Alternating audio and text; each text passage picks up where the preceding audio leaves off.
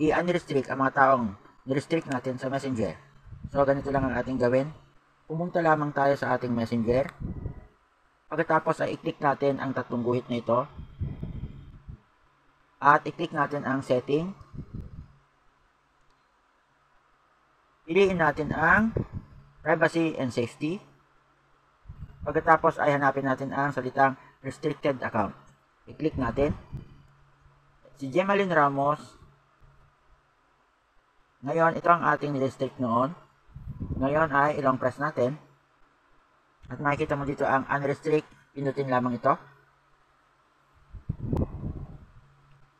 Okay. Tapos balikan mo. Dapat wala na siya sa pangalan dito. Okay.